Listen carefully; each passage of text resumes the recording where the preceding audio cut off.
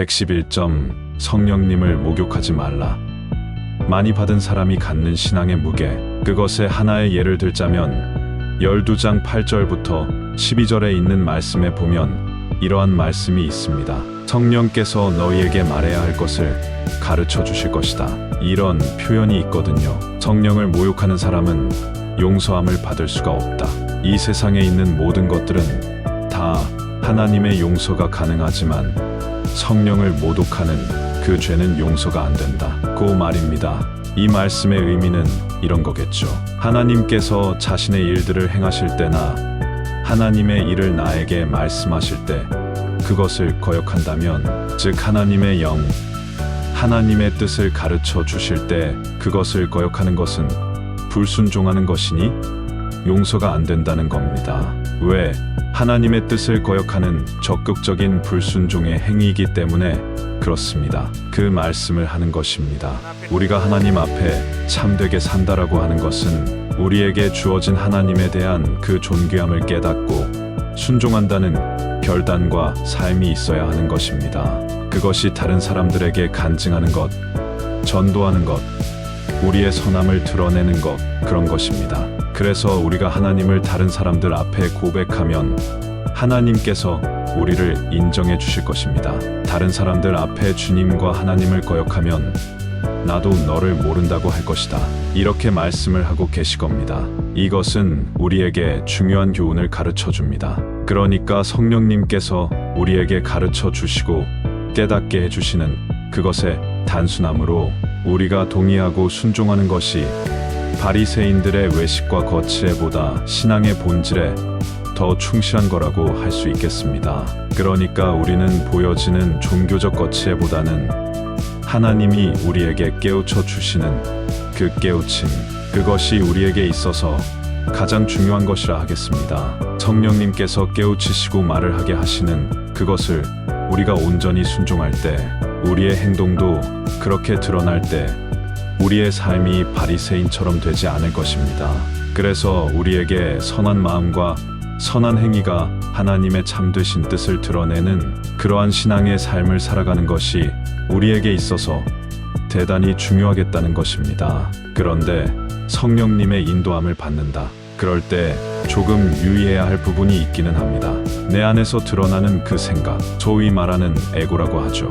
우리의 자아들이 시시때때로 상황에 따라 변화하는데 종잡을 수가 없는 게 문제입니다. 금방 웃고 금방 화내고 어떠한 환경에 조건 반사적으로 드러나는 우리의 모습들이 다양하게 드러나거든요. 근데 그러한 우리의 자아에 있는 끊임없이 변하는 그것이 성령님과는 구별해야겠습니다. 그 성령께서 주시는 것은 그러한 변함이 아니라 어떤 마음의 정함이고 그 정심을 유지할 수 있는 것입니다. 비록 어렵고 힘들고 그런 가운데서도 내 마음의 심지가 굳건하게 설 수 있는 변하지 않는 마음이어야 합니다. 내 내면 깊은 곳에서 오는 깊은 확신 또는 그것이 선한 마음으로 또는 내 마음을 꽉 채운다고 그럴까요? 기쁨이 이렇게 항상 평정심을 유지할 수 있는 그런 것이 하나님이 내 마음을 자정해서 주시는 그러한 견고한 마음, 기쁜 마음인 것입니다.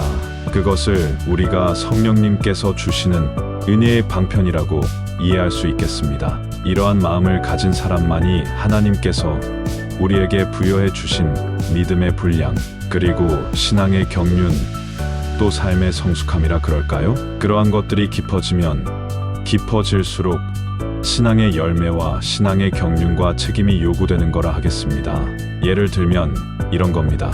우리의 신앙의 깊이가 10년, 20년, 10년, 50년의 신앙의 경륜이 쌓이면 그 과정 속에 실수도 있고 넘어짐도 있는 게 당연합니다. 그렇지만 거기서 쌓여진 신앙의 연륜만큼 우리의 신앙의 성숙도가 드러나냐 한다는 겁니다. 그게 없으면 연륜이란 게 별 의미가 없어지는 것이 됩니다. 그러니 그에 따른 책임이 필요한 것입니다. 많이 받은 사람이 갖는 신앙의 무게, 이와 유사한 표현으로 한국의 기독교가 한 150년 정도 됐다고 합시다. 그러면 그 동안에 순교의 피도 있고 부흥의 때도 있고 또는 교회에 불미스러운 일이 드러날 수도 있고 여러 가지의 그 잘못된 점과 잘한 점이 있지만, 그러나 전체적으로 150년이 지난 그 과정 속에서 감당해야 할 책임이 있는 것입니다. 불행하게도 과거의 순교의 피로 얻어진 한국교회가 지금은 물질로 무너지고 거치대로 무너지고, 마치 바리새인들의 외식이 드러나는 것처럼 그렇게 많이 드러나고 있습니다. 그럴 때 서두에 말씀을 드렸던 누가복음 12장 48절의 말씀이 우리에게 도전이 되어지고, 또 새로운 신앙의 좌표를 설정할 수 있는 어떤 기준점이 되지 않을까 싶은 것입니다. 쉬운 성경으로 읽어드리면, 많이 받은 사람에게는 많은 책임이 요구되고, 많은 것이 맡겨진 사람에게는 많은 것이 요청된다는 겁니다. 우리가 하나님으로부터 불림을 받아서 하나님의 자녀가 되었으면 하나님 자녀의 책임과 그것을 감당해야 할 사명이 있는 겁니다. 하나님이 우리에게도 요구하시지만 세상 사람들이 우리에게 요구하는 것도 있습니다. 하나님은 우리에게 그것을 요구하실 때 묵묵히 바라봐 주시고, 때로는 힘을 주시지만 세상 사람들은 그 책임을 감당하지 못하면 비난하고 하나님을 비웃고 교회를 비웃고 우리의 신앙을 업신 여기게 됩니다. 이것은 우리에게 피할 수 없는 신앙의 무게인 것입니다. 우리가 다시 한번 바리새인들의 외식을 생각해 보면서, 하나님께서 우리에게도 그러한 외식의 거치대를 떨쳐버리고 예수님이 직접 하신 말씀처럼 우리에게 맡겨진 믿음의 분량만큼 그에 따르는 책임을 요구하십니다. 우리가 신앙의 경륜에 맞게 그만한 선한 영향력이 드러날 수 있도록 우리가 깊이 깨달아야 합니다. 그런 삶을 위해서 하나님의 말씀을 읽고 진리를 발견하고, 또 주님 앞에 힘을 얻도록, 꼭 그렇게 살아갈 수 있도록 하나님 앞에 간구해야 합니다. 성령님의 도우심의 힘을 얻어서 그 뜻에 순종하면서 살아가야 하는 것입니다. 그러한 삶이 되어지면 하나님이 우리를 축복해 주시는 그 많은 신앙의 열매들로 인해서 하나님께 영광이 될 것이고, 많은 사람들 앞에 예수 믿는 사람들은 저런 삶을 사는구나, 그렇게 칭찬을 받을 것이라는 새로운 소망을 갖습니다.